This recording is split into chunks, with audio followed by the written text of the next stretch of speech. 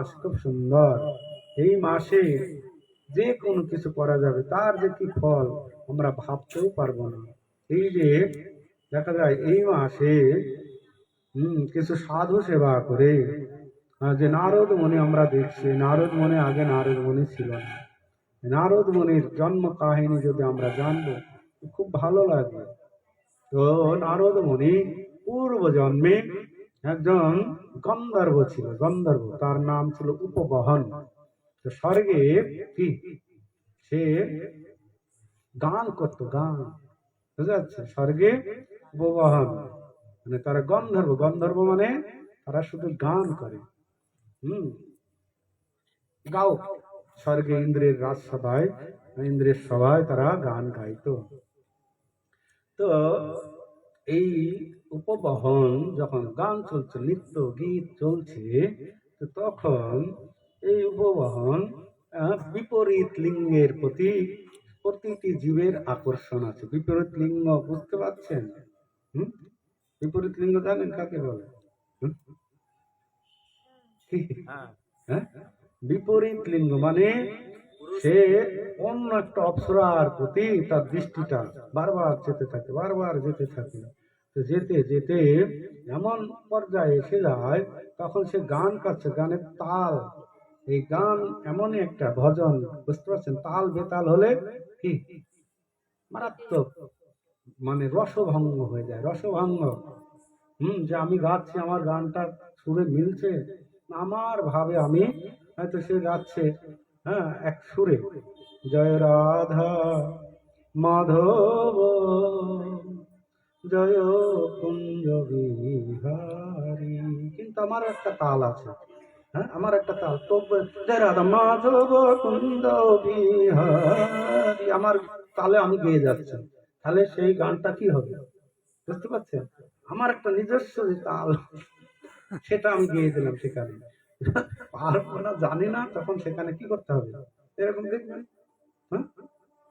হ্যাঁ, তাহলে কি হবে? সেটা রসভঙ্গ, সেটাকে বলা হয় রসভঙ্গ হয়ে যায়, সেই পরিবেশটা নষ্ট হয়ে যায়। তো সেই উপবহন এইরকম কি ওই বিপরীত লিঙ্গের প্রতি, অন্য অপ্সরাদের প্রতি এমন মোহিত হয়ে গিয়েছে, তাল কেটে গিয়েছে, তাল, তাল কেটে গেলে হয় কি, নাচ বন্ধ হয়ে যাবে। তাল কাটলে কি, এই যে আমার দিকে তাকায় আর হাসে, তাকায় আর হাসে, অভিজিৎ কেন হাসে?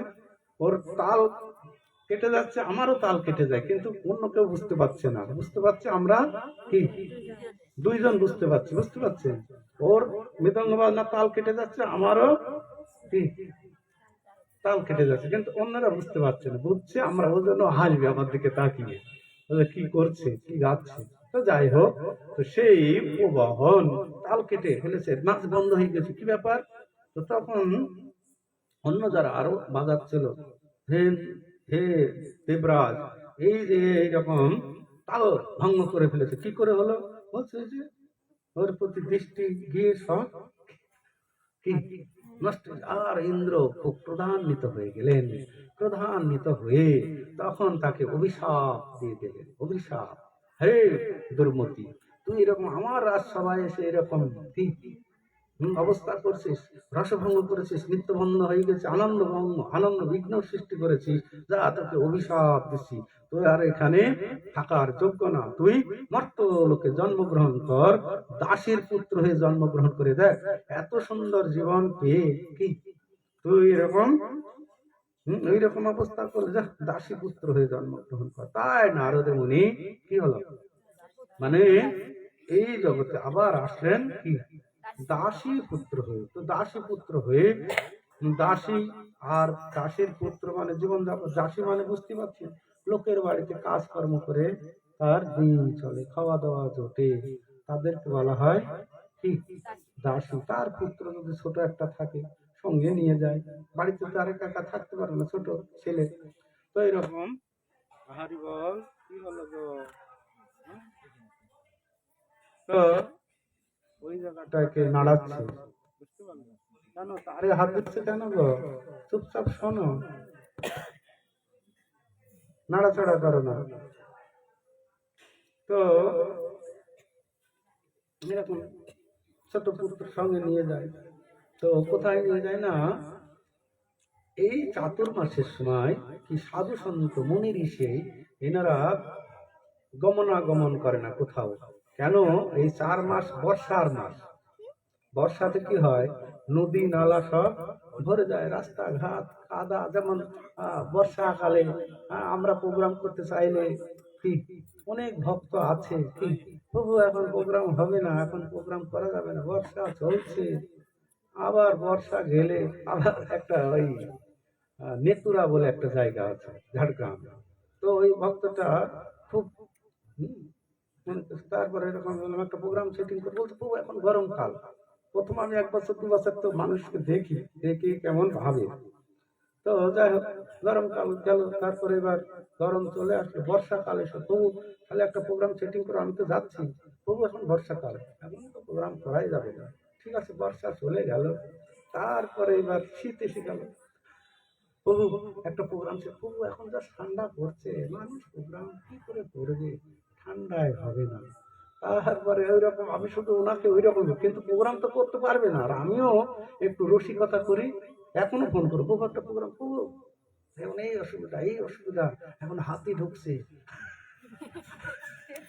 কিছু না, যখন ওই এইরকম করে এখন পর্যন্ত একটা প্রোগ্রামও করতে পারবে না।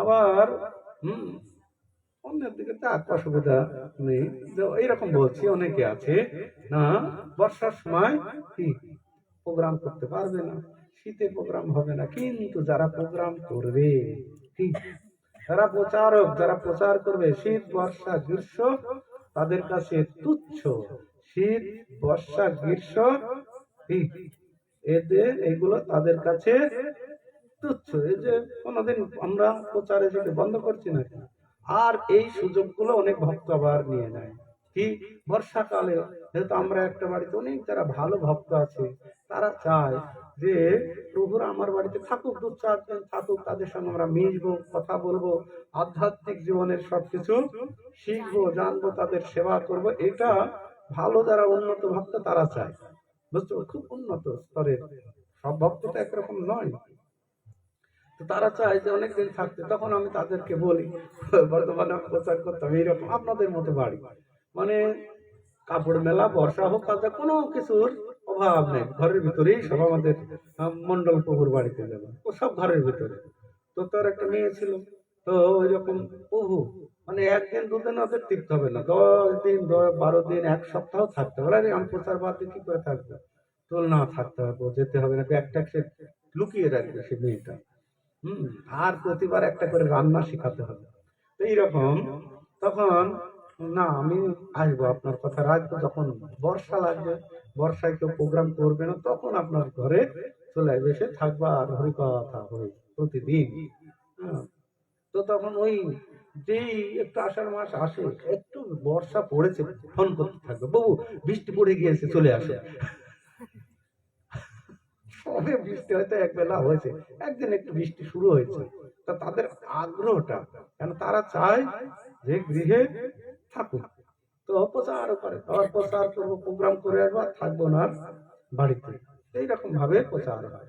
তো এইরকম কিছু ভক্ত আছে, আবার অনেক রকমের ভক্ত আছে, ওগুলো আর বললে দরকার নাই, বুঝেই নেই, কিছু কিছু কথা বুঝেই নিতে হবে, বুঝা গেল, এটা বলার আর কোনো প্রয়োজন পড়ে না।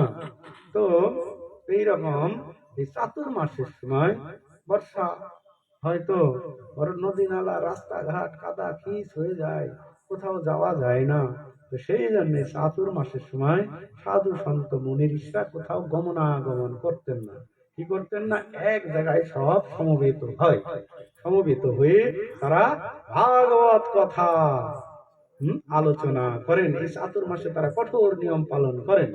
এখনো যে গৌড়ীয় মঠ আদি আছে, এরকম তারা বাইরে বেরোয় না, এরকম এই 4 মাসে প্রচারে তারা বেরোয় না। কেন? এই প্রচারে আসলে নিয়ম নিষ্ঠা ঠিক থাকবে না, বুঝতে পারছেন, নিয়মগুলো ঠিক প্রচারে আসলে পালন করা যায় না, নিয়ম ভঙ্গ হয়ে যায়। তো সেই জন্য তারা দেখবেন সব দাড়ি রাখতে রাখতে 4 মাসে তো বড় হয়ে যাচ্ছে, কেউ একবার খায়, কেউ এই যে পটল বেগুন সিম বরবটি এগুলো খায় না। তো প্রচারে আসলে এই নিয়ম কি পালন করা যায় না।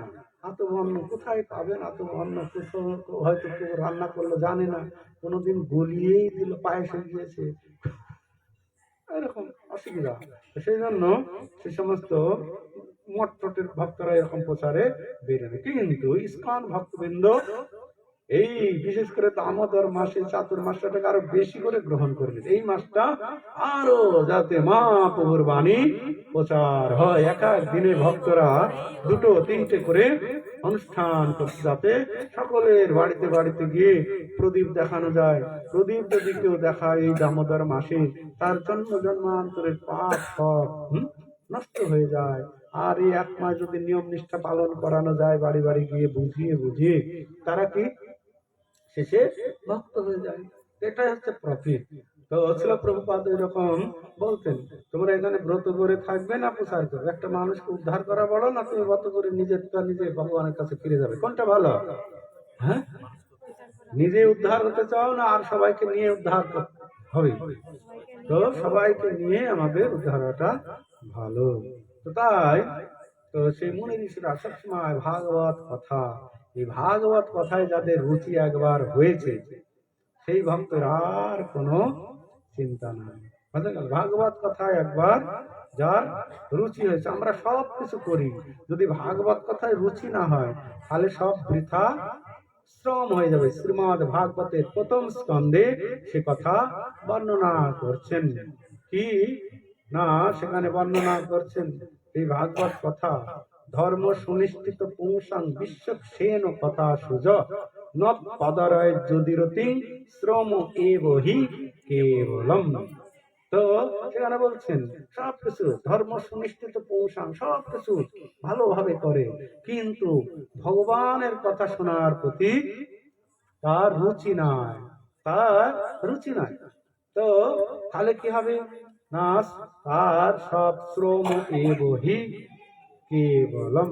সেজন্য ভাগবত কথায় যদি একবার রুচি এসে যায়, সেজন্য চৈতন্য চরিতামৃত গ্রন্থে বলছেন, কোন ভাগ্যে কোন জীবের শ্রদ্ধা যদি হয়, তবে সেই জীব সাধু সঙ্গ করায়, সাধু সঙ্গ হইতে হয় শ্রবণ কীর্তন, শ্রবণ কীর্তন হইতে হয় সর্ব অনর্থ নিবৃত্তন, অনর্থ নিবৃত্তি হইলে ভক্তি নিষ্ঠা হয়, নিষ্ঠা হইতে শ্রবণাদ্যে রুচি উপজয়, রুচি হইতে ভক্তি হয় আসক্তি প্রচুর, আসক্তি হইতে জন্মে কৃষ্ণের পিতাঙ্কুর, সেই প্রেম গাঢ় হইলে ধরে প্রেম নাম, সেই প্রেম প্রয়োজন সর্বানন্দ ধাম, যাহার হৃদয়ে এই ভাবাঙ্কুর হয়, প্রকৃত ক্ষোভে তার ক্ষোভ নাহি হয়, এই নব পিতাঙ্কুর যার চিত্তে হয়, তাহাতে এতেক চিহ্ন সর্বশাস্ত্রে কয়, সর্বোত্তম আপনাকে হীন করি মানে, কৃষ্ণ কৃপা করিবেন দৃঢ় করি জানে, সমৎকণ্ঠা হয় সদা লালসা প্রধান, নাম গানে শতা রুচি লয় কৃষ্ণ নাম, কৃষ্ণ লীলাস্থানে করে, কৃষ্ণ লীলাস্থানে করে সর্বদা বসতি, কৃষ্ণ গুণাখ্যানে হয় সর্বদা আসক্তি, কৃষ্ণের রতির চিহ্ন এই কইল বিবরণ, কৃষ্ণ প্রেমের চিহ্ন এবে শুনো সনাতন মহাপ্রভু, সনাতন গোস্বামীকে এই রতি নিষ্ঠার কথা শোনালেন। আমাদের যদি এরকম হরি কথা একবার রুচি এসে যায়, আর কোনো চিন্তা নাই, হরি কথা পান করে সে জীবনযাত্রা অতিবাহিত করতে পারে। তো সেই সাধু সন্তরা কি করতেন না, এক জায়গায় বসে হরি কথা শ্রবণ করতেন, ভাগবত কথা শ্রবণ করতেন।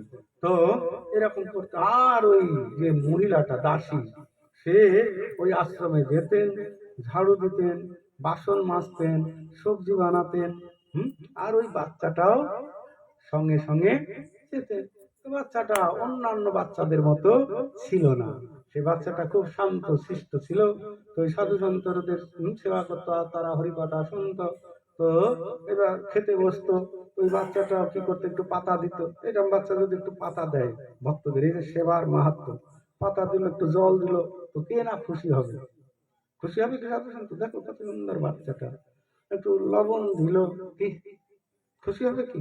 এইভাবে চলছে চলছে, এইভাবে হতে হতে এইরকম কি এই দামোদর মাসে এরকম চলছে। প্রতিদিন ওই বাচ্চাটা এরকম করে। দেখুন অনেক বাচ্চারা আছে দেখবেন অনুষ্ঠানে, কি আমি পাতা দেবো, আমি পাতা দেবো, আমি লবণ দেবো, আমি গ্লাস দেবো, এগুলো সেবা করলে কি হবে না, আমাদের স্বীকৃতি হবে। যদি আমরা ভালো ভক্ত হতে চাই তাহলে কি করতে হবে? যদি আমরা কৃষ্ণ প্রেম লাভ করতে চাই তাহলে কি করতে হবে? শুদ্ধ ভক্ত চরণ রেণু ভজন অনুকূল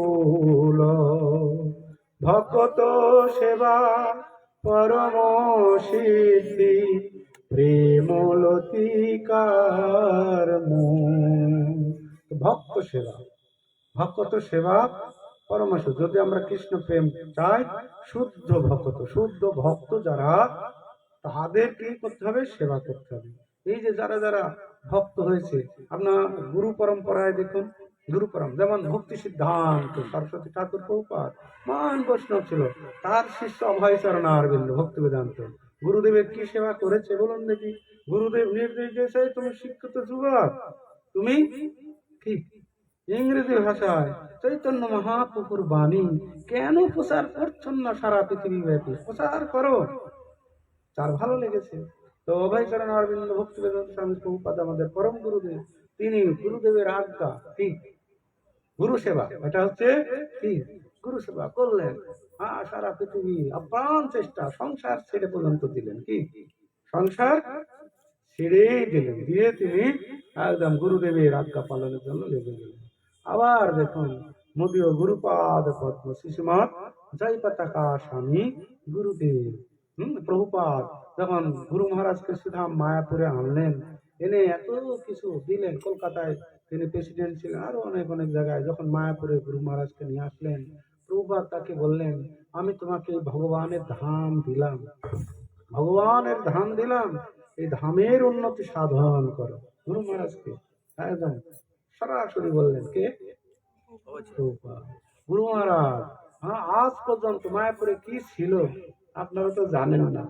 গুরু মহারাজ নাঙল চাষ করেছে, নাঙল।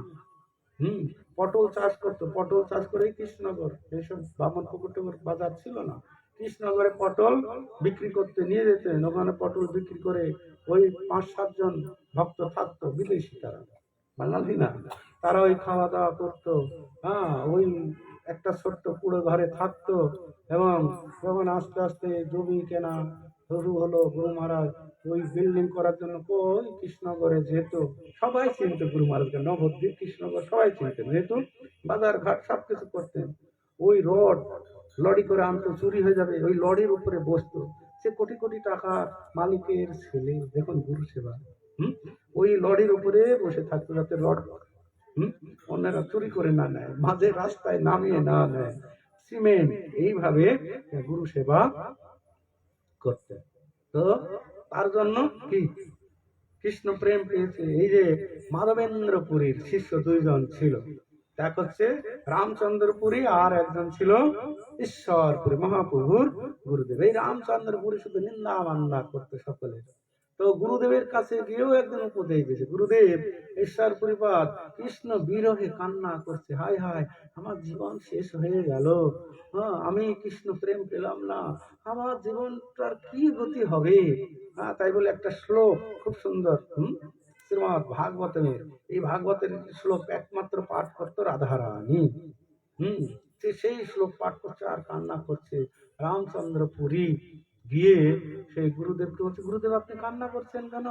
আপনি তো ব্রহ্মময় সবকিছু দেখছেন, আপনার কার জন্য শোক করছেন? সব ব্রহ্ম দর্শন করুন।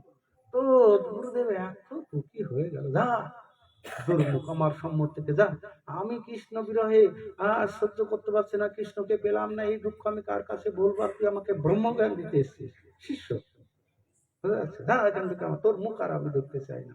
সেই থেকে সে কৃষ্ণ বিমুখ হয়ে গেল।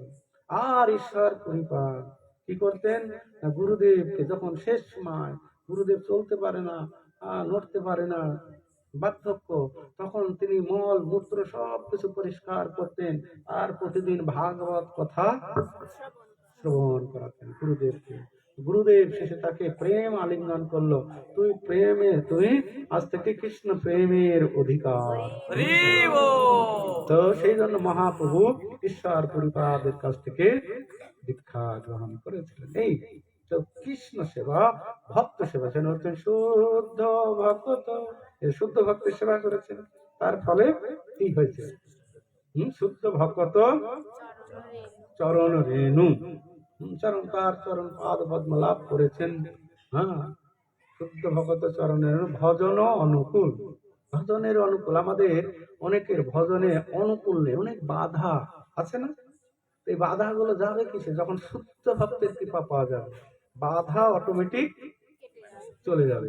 শুদ্ধ ভক্তের আমাদের ভজনে অনেকের বাধা, অনুকূলে নাই, প্রতিকূলে চলছে। নৌকা যেমন প্রতিকূল আর অনুকূল আছে, তো তেমনি শুদ্ধ ভক্তের সেবা করলে, তার কৃপা লাভ করে বললে বাধাগুলো চলে যায়। আর কি? ভক্ত সেবা, ভক্ত সেবা পরম সিদ্ধি প্রেম লতিকার। তো ভক্ত সেবা করলে সিদ্ধি লাভ হবে, প্রেম পাওয়া যাবে। এই সেবা যদি আমরা না করতে থাকবো, হ্যাঁ, আমরা যদি সেটা না করবো, কৃষ্ণ প্রেম আমাদের লাভ হবে না। তো তাই ওই বাচ্চাটা কি করছেন? সেবা করছেন, দেখেন, হ্যাঁ, সেবা করছে কিনা? পাতা দিচ্ছে, লবণ দিচ্ছে, একটু জল দিচ্ছে, যত্ন করে নিয়ে। এরম এরম বাচ্চা অনেকে করে, দেখুন, কালো যখন কিছু না কিছু সেবা, নাম হাঁটতে যখন আমরা আসবো, কিছু না কিছু সেবা আমাদের করা উচিত। শুধু খেয়ে চলে যাবো ওটা ভালো না, কিছু সেবা করা দরকার। হয়তো একটা পাতা দিলেও দেওয়া যায়, একটা গিলাস দেওয়া যায়, এত কিছু হচ্ছে।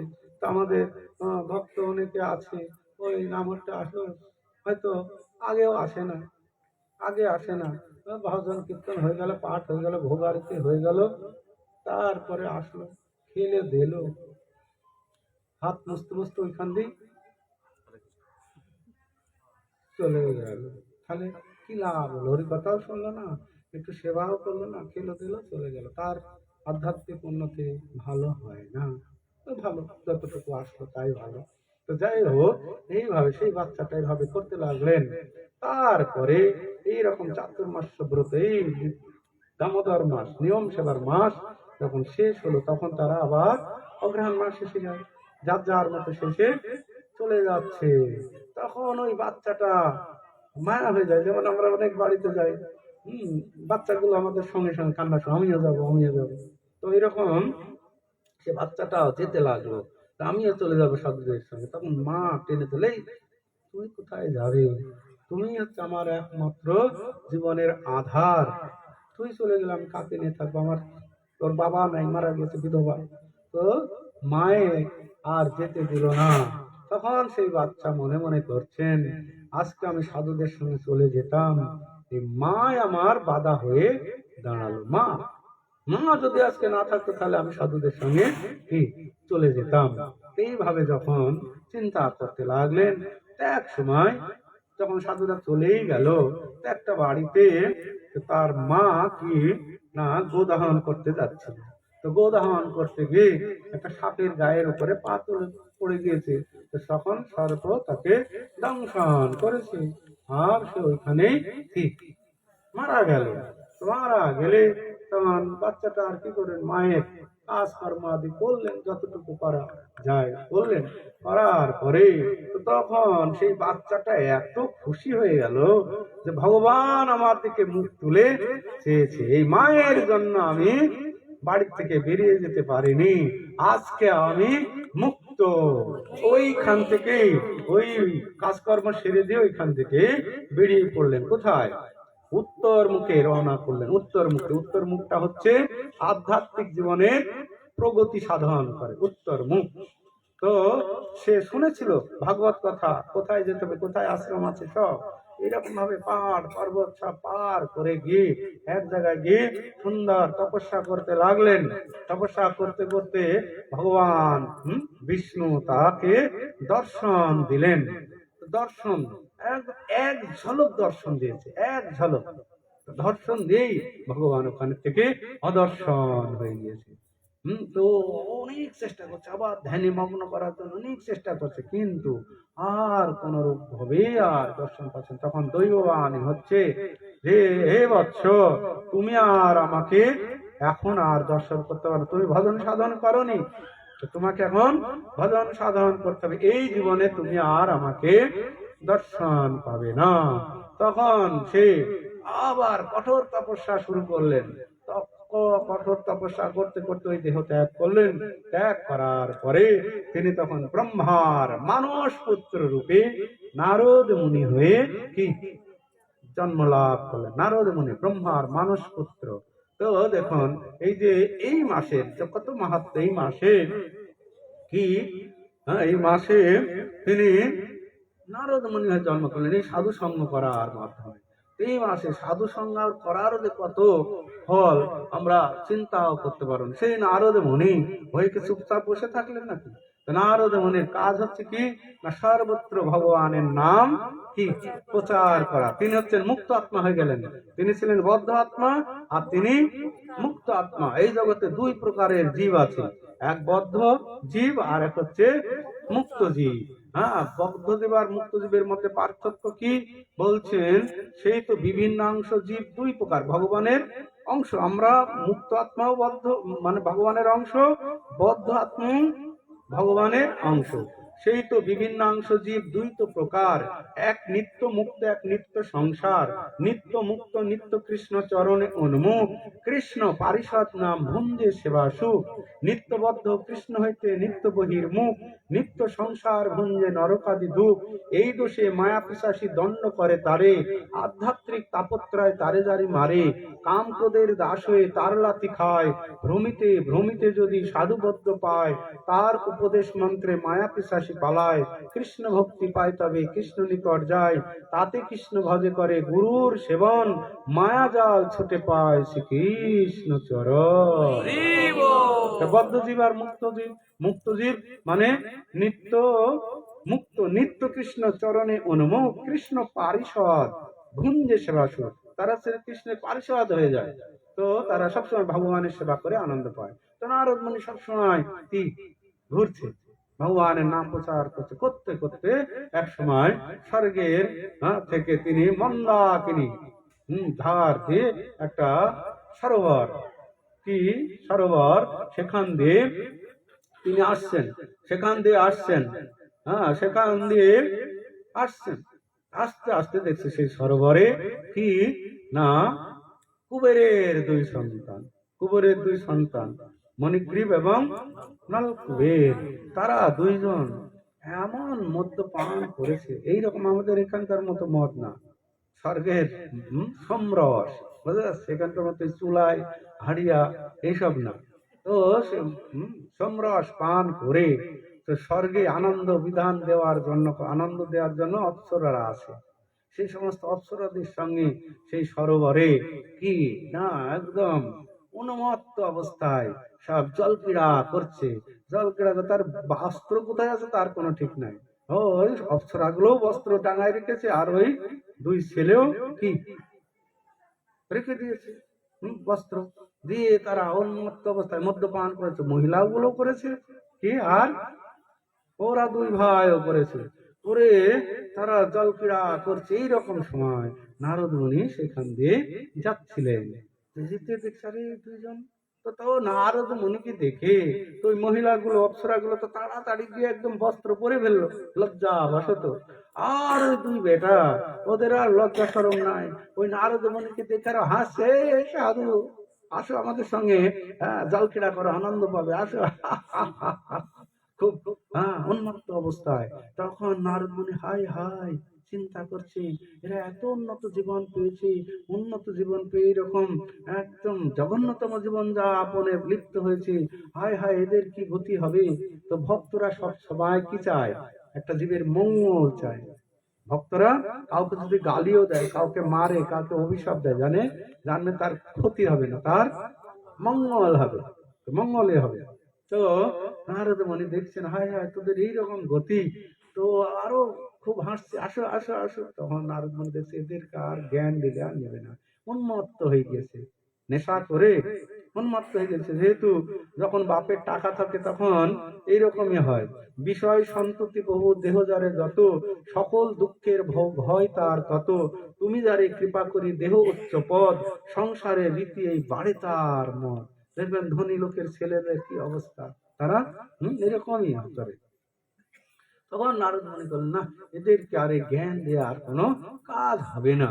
তখন নারদ মুনি একদম বললেন, আরে বেটা, তোরা এরকম জীবনযাপন করছিস, তোদের অঙ্গে বস্ত্রও নাই, একদম বৃক্ষের মতো, গাছ যেমন বস্ত্র পরে না, তোদের বৃক্ষের মতো চেতনা হয়ে গেছে, আচ্ছাদিত চেতনা হয়ে গেছে, যা তোদের অভিশাপ দিছে, তোরা বৃক্ষজনী প্রাপ্ত হও, বৃক্ষজনী। তখন অভিশাপ দেওয়ার পরে তখন জ্ঞানটা এসে গেছে। আরে মুনিবর আমাদের অভিশাপ দিলে তাহলে তো মুনি ঋষিদের বর মানে আগেকার দিনে একদম লেগে যাবে, এই জ্ঞানও ছিল। তখন নেশা কেটে গিয়েছে, বোঝা যাচ্ছে। তখন এসে নারদ মুনির পায়ে পড়ে গেল, হে ঋষিবর, আমাদের ক্ষমা করুন, আপনি কি অভিশাপ দিলেন আমাদের বৃক্ষজনী প্রাপ্ত হওয়ার, আপনি অভিশাপ ফিরিয়ে নিন। তো নারদ, না, অভিশাপ ফেরানো যাবে না। যেমন কিছু কিছু জিনিস ফেরানো যায় না, বান একবার ছেড়ে দিলে আর ফেরানো যাবে না।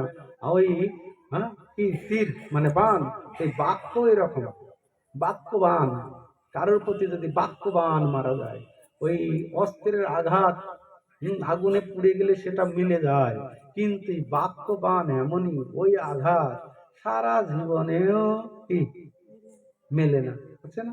বাক্যবান অনেকে মারে, বাক্যবান জানে না, হ্যাঁ, এমন বাক্যবান মেরেছে সারা জীবন শুধু ওই কথাটা, মানে তুই আমাকে এইরকম কথা বলেছিলি, মনে পড়ে, সুযোগ পেলেই কি আবার প্রতিঘাত মারবে।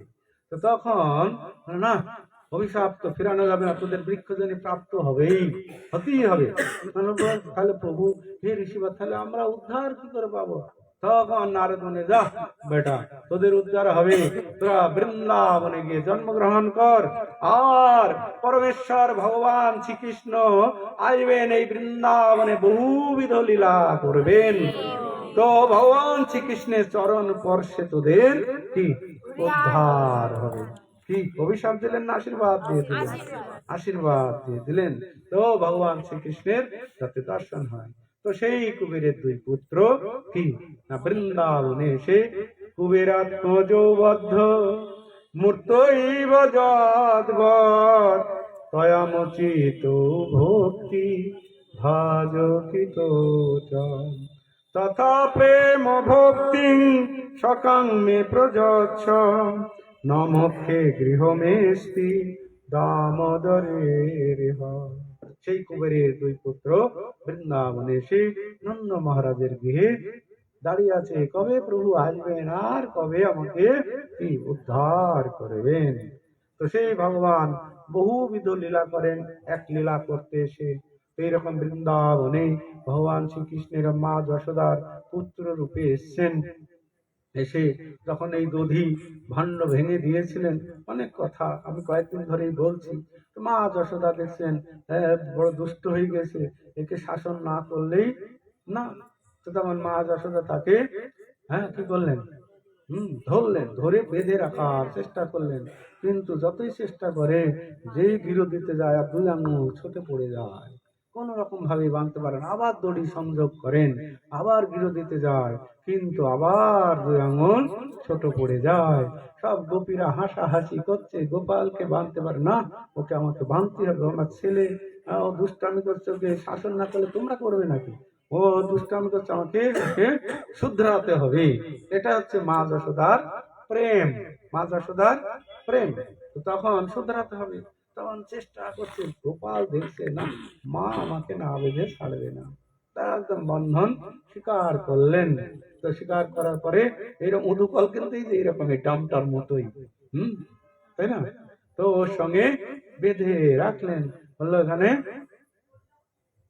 থাক, আর আমি সংসারে কাজকর্ম করব, করে কি করব, যমুনায় দুপুর বেলায় নিয়ে যাব স্নান করাতে। মায়েরা স্নান করতে যায় যমুনায়, আর বৃন্দাবনে মানে গোকুলের পাশেই যমুনা, যেখানে নন্দ মহারাজের বাড়ি ছিল। তো এইরকম আছে।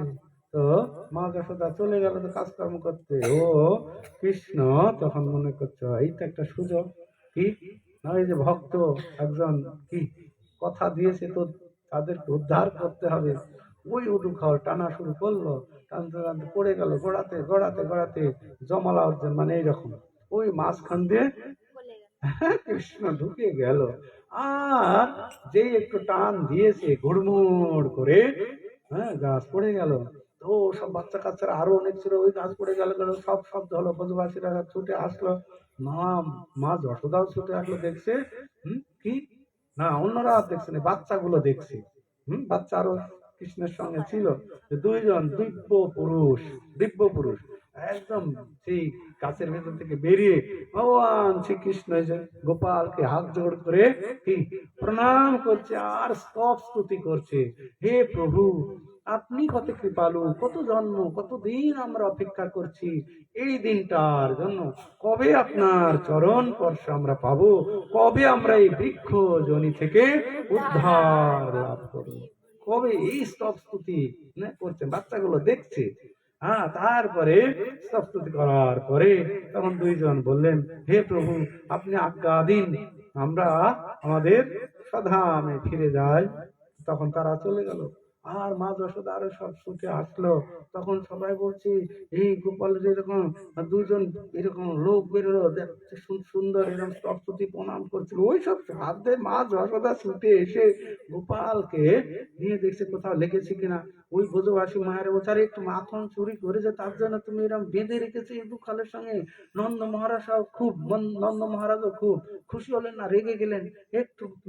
হ্যাঁ, একটু মাখন চুরি করেছে, আমার কি মাখনের অভাব, কি একটু নষ্ট করেছে তাতে কি আছে, তার জন্য এরকম যদি ছেলেটার গায়ে পড়তো গাছগুলো। তারাতে যে কৃষ্ণ যে ভগবান এই লীলা করছেন উদ্ধার, তো তাদের তো এই ধারণা নেই। হ্যাঁ, কৃষ্ণ কি একদম বাচ্চার অভিনয় করছে মা যশোদা ওখানে, কৃষ্ণ যে ভগবান আর মা যশোদা এই চিন্তা করছে না যে গোপাল ভগবান, আর গোপালও চিন্তা করছে না আমি ভগবান।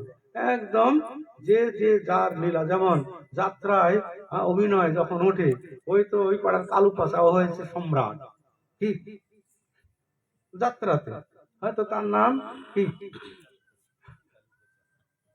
কালু, সে এখন সম্রাট। তো তখন সেই সম্রাটের মতোই তাকে কি অভিনয় করতে হবে, না হলে কি নাটক যাত্রা জমবে কি, জমবে না। হয়তো রিক্সা চালায়, সে হয়েছে জমিদার, কি নাটকে, কিন্তু এই নাটক থেকে নেমে গেলেই আবার কি রিক্সা চালক। তেমন ভগবান শ্রীকৃষ্ণ মা যশোদার সঙ্গে এই লীলা করছেন, এই লীলা শেষ হয়ে যাবে, কৃষ্ণ আবার ভগবান হয়ে যাবে। ঠিক তখন আর চিন্তা নেই, এখন যে অভিনয় করছে ভগবান শ্রীকৃষ্ণ ঠিক সেই অভিনয় করছে। কিরকম না শাস্ত্রে বর্ণনা করছেন যে মাতা মরে পুত্র ভাবে করেন বন্ধন, অতিহীন জ্ঞানে করে লালন পালন, সদা সখা শুদ্ধ সক্তেশ করে কন্দারহন, তুমি কোন বড় লোক তুমি আমি সম, প্রিয়া যদি মান করি করয়ে ভৎসন, বেদ স্তুতি হইতে হরে মোর মন। মাতা পুত্র ভাবে করেন বন্ধন, মা আমাকে পুত্র ভাবে বাঁধছে, সখারা কৃষ্ণের কাঁধে উঠছে। হ্যাঁ, যখন কৃষ্ণ সখাদের সঙ্গে খেলা করছে, কৃষ্ণ মাঝে মাঝে জিতে যাচ্ছে, এই কিছু কাঁধে উঠবে। এগুলো এখন আর এইসব খেলা নেই, একদম এখান থেকে ওই দূরে একটা গাছের কাছে নিয়ে যেতে, ওখান থেকে আবার ফিরিয়ে আনতে হবে কাঁধে করে। তো নিয়ে চল, নিয়ে যায়, ওই করতে করতে আবার কৃষ্ণের একটু ইচ্ছা হয় আমি একটু হারি আর ওদের কাঁধে ওঠায়। কৃষ্ণ যখন হেরে যায়, আমি কাঁধে উঠবো না, আমি নন্দের বেটা, আমি কাঁধে নেবো কেন, নন্দের বেটা বাড়িতে, এখানে হেরে গিয়েছে মানে কি একদম ঠেসে ধরে, সবাই মিলে কাঁধে নিতে হবে। হ্যাঁ, তো তখন কাঁধে ওঠা কৃষ্ণ তখন ছুটছে কাঁধে নিয়ে, বোঝা যাচ্ছে ওতে কৃষ্ণ আনন্দ পাচ্ছে। কেন? ওখানে সখ্য রস বন্ধুর সঙ্গে, যেমন এই যে কিছুদিন আগে আমি এটা মাঝে মাঝে বলি, রাষ্ট্রপতি এই যে কে ছিল আমাদের বাংলার রাষ্ট্রপতি প্রণব মুখার্জি, ও যখন বাড়িতে যেত, ও তো মানে বিশাল কনভয়, বিশাল সিকিউরিটি, কিন্তু ওই যেত বাড়িতে বোনেরা আসতো, মা খুব, আরে প্রণব মুখার্জি বীরভূমের ছেলে তো, পোস্ত খুব ভালোবাসতো, পোস্ত বড়া, ওইটা কি আর এই দিল্লিতে ওদের ভেতরে কারি পোস্ত বড়া কি করে দেবে কেউ, না পাবে পাবে বলো, তো ওখানে তার পোস্ত বড়া, ওখানে সব ওদের খাবার। তো বাড়িতে যখন আসতো, তো তখন ওই সিকিউরিটি ফোন আসছে আসছে, তো কি মা কি করতো, পোস্ত করতো, পোস্তর বড়া আলু পোস্ত এগুলো করতো, আর ওই গরম গরম, তো যেখানে সব ওই লোকজন মিটিং মিটিং, ওই মা গিয়ে এই কোন আয় রে গরম গরম আলু পোস্ত একটু সারা ভাত দিয়ে খেয়ে নি। তো তো কে বলবে স্যার, স্যার বলবে নাকি মা? অন্যেরা স্যার বলবে, কে মা কি স্যার বলবে নাকি? হ্যাঁ, বলবে। ওই কোর্টে যখন বিচারক জজ, তখন সবাই স্যার স্যার করবে। আর ওই কোর্টের জজ যখন বাড়িতে আসবে, কি বউটা ধাতানি দিতে থাকবে, তোমার কাণ্ড জ্ঞান নাই, আমি যাবো বাপের বাড়ি এত সময়। হ্যাঁ, কিন্তু কোর্টে এটা প্রেম, বুঝতে পারছেন? কোর্টে কিন্তু এই প্রেম নেই, আছে? কোর্টে সবাই তাকে কি সম্মান করছে। আবার যদি বৌমা থাকে, তার ছেলে হয় নাতি, দাদু তোমার ঘোড়া খেলা করতে হবে। তখন কি নিচু হবে, আর ওই নাতি কাঁধে মানে ঘোড়ার মতো পিটে উঠবে, টিক টিক টিক টিক করে ঘরের ভেতরে ঘুরে বেড়াবে, তাতে আনন্দ। এটা হচ্ছে প্রেম, বাৎসল্য প্রেম। তো কৃষ্ণ এরকম সখাদের সঙ্গে কি, সেখানে প্রধান ওই রাষ্ট্রপতি আর বাড়িতে আসলে না, ওই পাড়ার সঙ্গে একসঙ্গে ছেলেরা পড়াশোনা করেছে, ওই কি স্যার স্যার বলবে নাকি? আরে প্রণব, আসিস না কেন রে, আসবি মাঝে মাঝে, এটা তো বলবে। যেমন আমরাও যদি এখন বাড়িতে যাই, আমরা যাদের সঙ্গে পড়াশোনা করেছি, একসঙ্গে খেলাধুলা করেছি, তারা কি একটু তাও খাতিরে সাধু হয়ে গেলি রে, তাও নে দে ছাড়া আর বলবে না, নেন দেন আর বলবে না। আপনারা বলছেন, কিন্তু পাড়ায় কি মা কি বলবে? যতই সন্ন্যাসী হোক, মা কি বলবে? এই তাড়াতাড়ি আরে নে, খেয়ে নি রে, কি মাঝে মাঝে আসবি রে বেটা, তাই বলবে তো নাকি? তো এটার প্রেম কিন্তু আলাদা। তো মা যশোদার সঙ্গে কৃষ্ণের ঠিক এরকম, সেখানে আর ভগবান নেই, ভগবান নেই। মা যশোদা বিশ্বাসই করবে না যে ব্রহ্মাণ্ড ঘাট আছে বৃন্দাবনে, তো ওখানে ব্রহ্মাণ্ড ঘাটে কৃষ্ণ কি করেছে? মাটি খেয়েছে। মাটি খেলে সকারা গিয়ে মার কাছে বলছে, মা এই কৃষ্ণ মাটি খেলো। মাটি খেলো, যার জন্য আমি এত কষ্ট করছি, মাখন তুলছি, আমার কিছু অভাব আছে, মাটি খাবে কেন? না, খেলো। একদম মা যশোদা এসে, তো মাটি খেয়েছি? না আমি মাটি খাইনি। আচ্ছা, এই খেলো, সকারা বলছে। তো তখন বলছে, এখনো মনে হয় আছে মুখের মধ্যে। তখন মা যশোদা বলছে, মুখ খোল দেখি তোর মুখের ভিতরে। তো মুখ খুলছে, দেখছে সারা বিশ্ব ব্রহ্মাণ্ড, কি সারা বিশ্ব ব্রহ্মাণ্ড মুখের ভিতরে। হ্যাঁ, বাল্যলীলা করছে। কিন্তু মা যশোদা, কে গো জল এসে এরকম করছো? তো বিশ্ব ব্রহ্মাণ্ড তো সব দেখছে মা যশোদা। তখন মা যশোদা মনে করছে, আরে আমার মাথা ঘুরছে নাকি? মা যশোদা কি মনে করছে, আমার মাথা ঘুরছে নাকি, না ছেলেটার ভূত পেতে ধরলো ছেলেটার? তো এরকম চিন্তা করছে, তাই না? তো মা যশোদা, কৃষ্ণ যে ভগবান ব্রহ্মাণ্ড দেখাচ্ছে, মা যশোদার ওইসব ছেলেটার মনে ভূত পেত ধরেছে, কি? তো তাড়াতাড়ি বাড়িতে নিয়ে যাচ্ছে। আর কৃষ্ণ যে ওই বাল শিশুরূপে সারা লীলা করছেন, খেলিছ এ বিশ্ব লয়ে বিরাট শিশু আনুমনে খেলিছ। তো ভগবান বিরাট শিশু রূপে খেলছে, কিন্তু এখানে দেখা যাচ্ছে ছোট্ট। কি ভগবান শ্রীকৃষ্ণ বটপত্রে যখন প্রলয় হয়, বটপত্রের উপরে সারা বিশ্বব্রহ্মাণ্ডের তো খেলিছ এ বিশ্ব লয়ে বিরাট শিশু আনুমনে খেলিছ। প্রলয় সৃষ্টি তব পুতুল খেলা আনমনে প্রভু আনমনে খেলিছ। কত সুন্দর গান, আমি পুরো গাইতে পারি, কিন্তু দরকার নাই। মিউজিক হলে আরো ভালো। খুব সুন্দর। তো ভগবান বিরাট শিশু, কিন্তু ছোট্ট শিশু রূপে মা যশোদার কাছে এসে কি খেলা করছে। খেলা করছে কিনা, শূন্য মহা আকাশে মগ্ন লীলা বিলাসে, শূন্য মহা আকাশে মগ্ন লীলা বিলাসে, ভাঙিছ গড়িছ নীতি ক্ষণে ক্ষণে, নিরজনে প্রভু নিরজনে খেলিছ বিরাট শিশু আনমনে প্রভু অনমনি খেলিছ দ্বারকার রবি শশী খেলনা তব হে উদাসীন পড়িয়াছে রাঙা পায়ের কাছে রাশি রাশি। দ্বারকা, আমাদের দ্বারকা, মথুরা, বৃন্দাবন, গোলক, বৈকুণ্ঠ সব আকাশে ভাসছে সব। তো দ্বারকা রবি শশী মানে তারা, আমরা রাত্রে যখন দেখবো দেখবেন কত রবি শশী। তো সেইগুলা তার আমাদের ছেলেরা মেলায় গুলো খেলনা খেলনা কিনছে না, ঘোড়া হাতি, হ্যাঁ কত কিছু খেলনা। আর ভগবান কি ওইগুলো নিয়ে খেলবে নাকি? ভগবান কি নিয়ে খেলছেন? তার খেলনাগুলো কি? দ্বারকার রবি শশী খেলনা তব, এই ব্রহ্মাণ্ড গুলো, চন্দ্র সূর্য গ্রহ নক্ষত্র, এগুলো তার খেলনা। দ্বারকার রবি শশী খেলনা তব হে উদাসীন, উদাসীন খেলছে। পড়িয়াছে রাঙা পায়ের কাছে রাশি রাশি, এই সমস্ত গ্রহ নক্ষত্র ভগবান শ্রীকৃষ্ণের চরণে সব রাশি রাশি পড়ে আছে, আছে কিনা?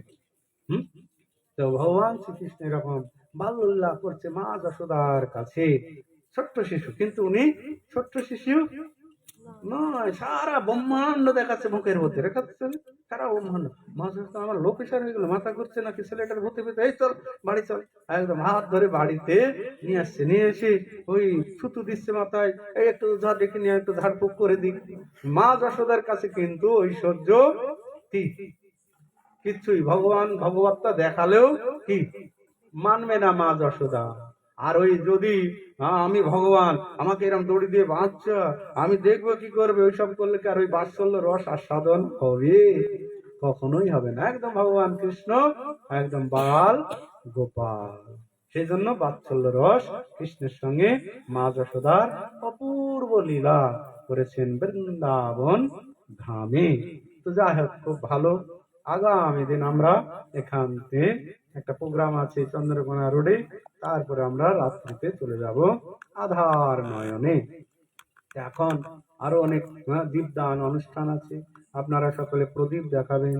তারপরে আমাদের প্রভুরা, আপনারা বাড়িতে এসছেন, আপনাদের সকলের জন্য আজকে খুব সুন্দর